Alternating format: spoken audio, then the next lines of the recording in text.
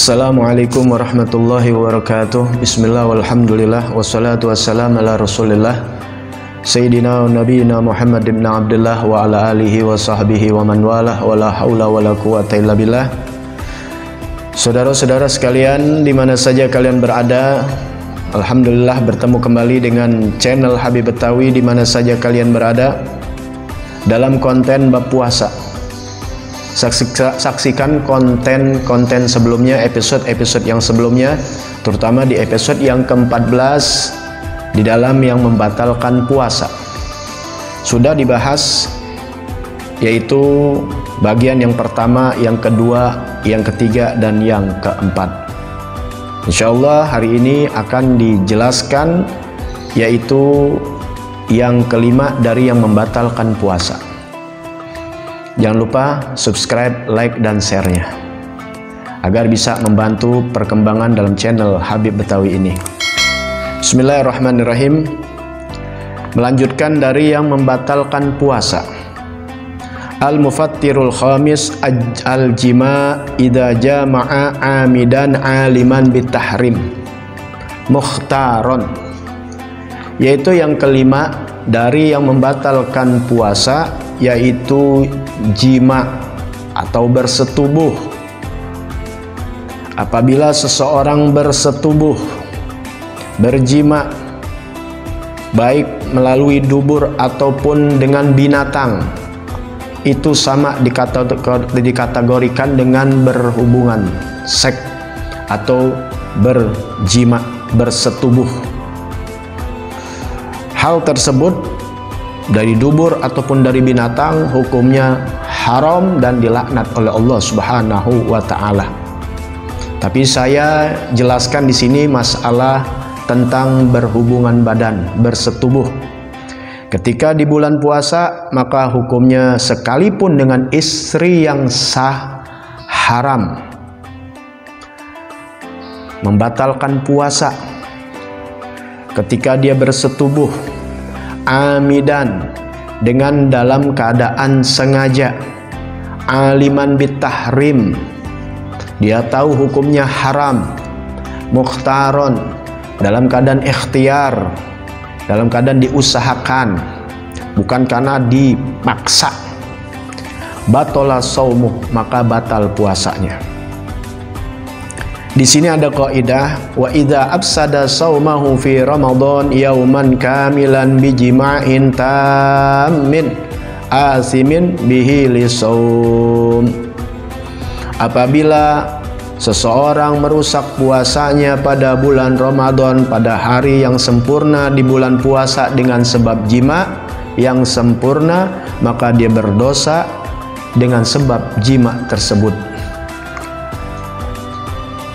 Walaupun dengan istri yang halal, ketika dia sedang berpuasa di bulan Ramadan, maka membatalkan puasanya dan hukumnya haram, mendapat dosa.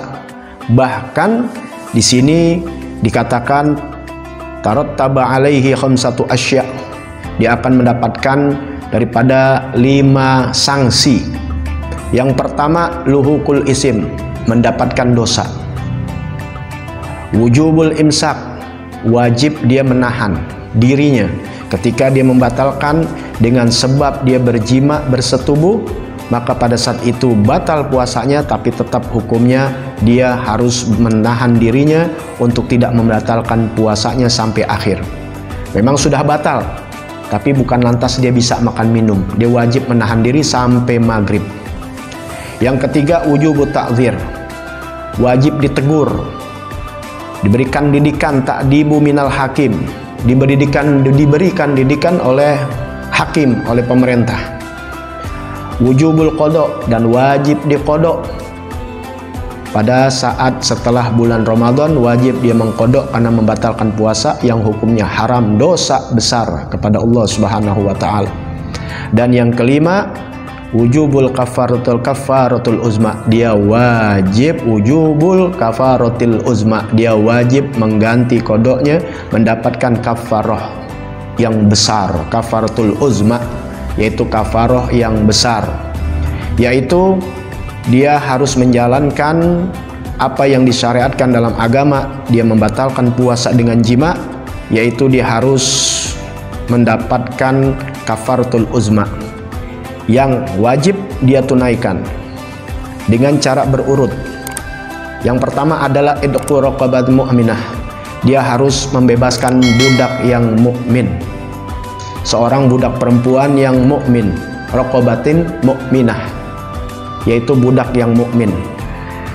Zaman sekarang nggak ada budak, maka dia syarat yang kedua yang harus dijalankan, yaitu siyamu syahraini mutatabi'ain.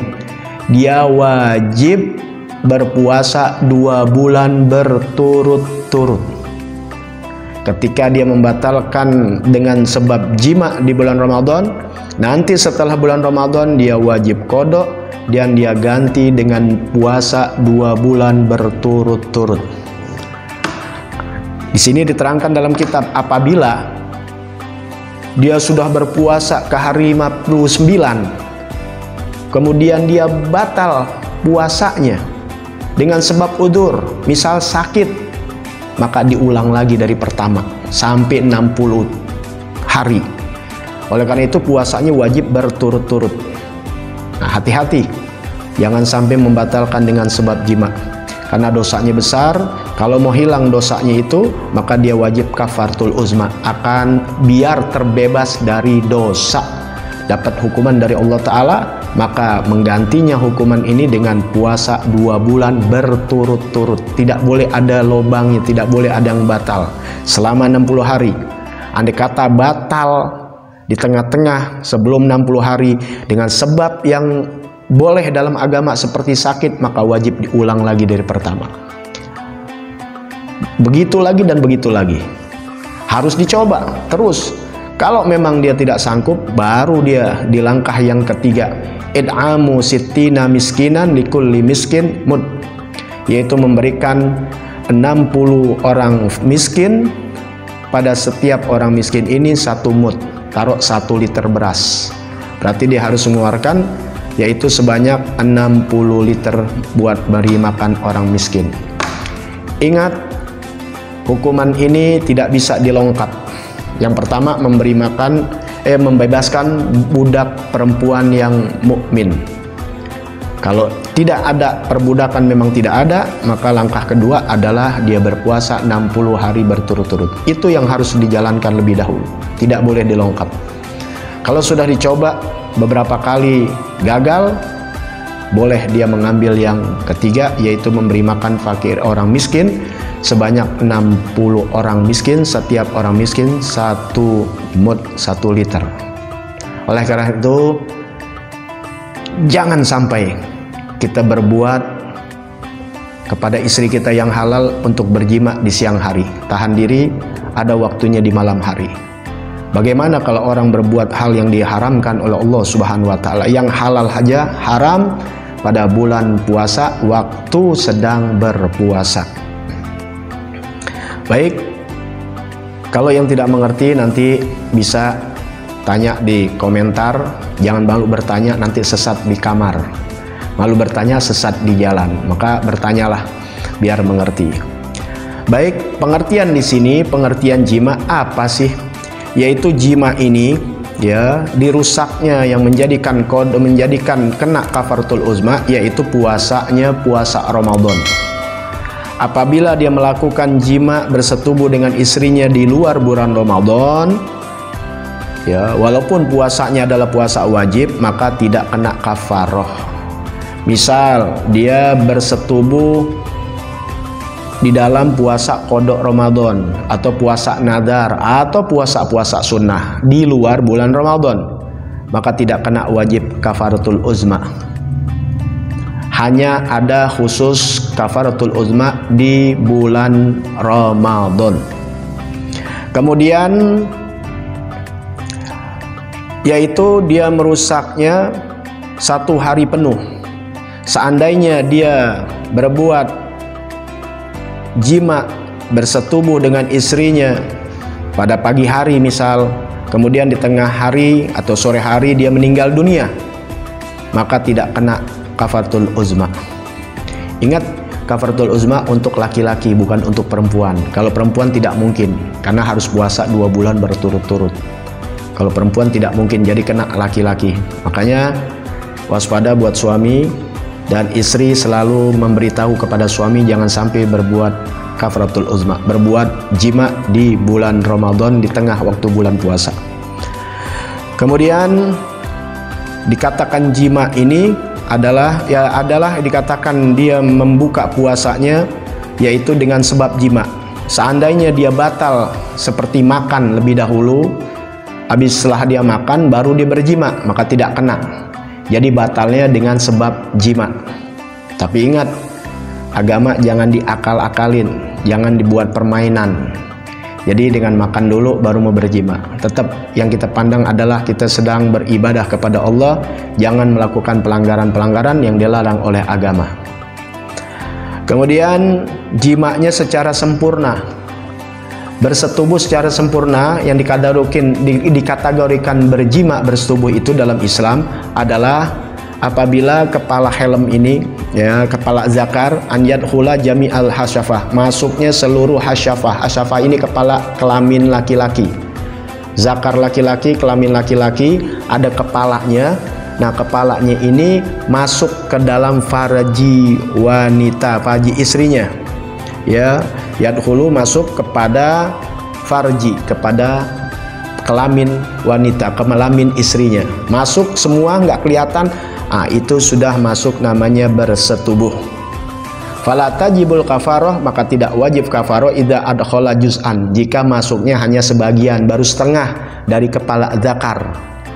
Itu tidak kena kafaroh. Bal wala yabtulu shaumuh, tidak batal puasanya, atau yubtilu shaumahu, tidak membatalkan puasanya. Jadi kalau baru-baru setengah, belum seluruh kepala daripada kelamin suami kepada istri, maka belum membatalkan puasa dan tidak kena kafaroh tentunya. Tapi kalau sudah masuk kepala dari kelamin suami, maka jatuh daripada batal puasanya dan kena kafaratul uzma, karena sudah dihukumi bersetubuh atau jima. Sudah, biar mengerti. Kalau nggak ngerti tanya. Oleh karena itu, sama-sama kita jaga jangan sampai berjima di bulan Ramadan. Kalau mau bulan Ramadan tidak boleh berjimanya, maksudnya di siang hari, di waktu lagi berpuasa. Adapun di waktu malam hari itu dibolehkan, tidak mengapa. Jadi yang dilarang ini di bulan Ramadan adalah di siang hari atau di waktu sedang berpuasa. Mudah-mudahan dapat manfaat. Apabila tidak paham, silahkan tanya di deskripsi, tanya di komentar. Jangan malu untuk bertanya. Dan jangan lupa seperti biasa subscribe, like, dan share-nya. Mudah-mudahan kita mendapat manfaat dunia akhirat. Assalamualaikum warahmatullahi wabarakatuh.